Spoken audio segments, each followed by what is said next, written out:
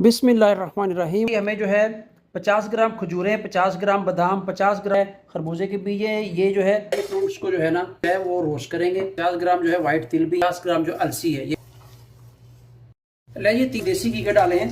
और खाने जो ये 50 ग्राम है जो है फ्राई हो चुके हैं अच्छे तरीके से, लाइट गोल्डन से हो चुके हैं। इनको भी मैं जो है पहले जो फ्राई किया हुआ ड्राई फ्रूट थे लेकिन इकट्ठा भी कर दीजिए, कोई बात नहीं। बादाम जाएगा, पिस्ता, काजू, ठीक है, चनगोले डाल। अब जो इसमें लास्ट में डालेंगे ये खजूरें हैं, ठीक है। खजूरों को डालने से इन सबको इसमें ऐड कर देंगे। ड्राई फ्रूट, मखाने और जो सीड्स हैं जी, अल्हम्दुलिल्लाह जी। देखें ये मैंने अच्छी तरीके से इसको जो है ना दरदरा सा जो मिक्सचर बनाए सारे को हम घी के अंदर डाल दें। थोड़ा सा जो है मटेरियल उठाएं और ऐसे मज़ेदार खस्ता। और ज़रूर सब्सक्राइब कीजिए, बेल आइकॉन ऑन कीजिए। दुआ में याद रखिए। मिलता हूँ एक और नई रेसिपी के साथ। अल्लाह हाफिज़।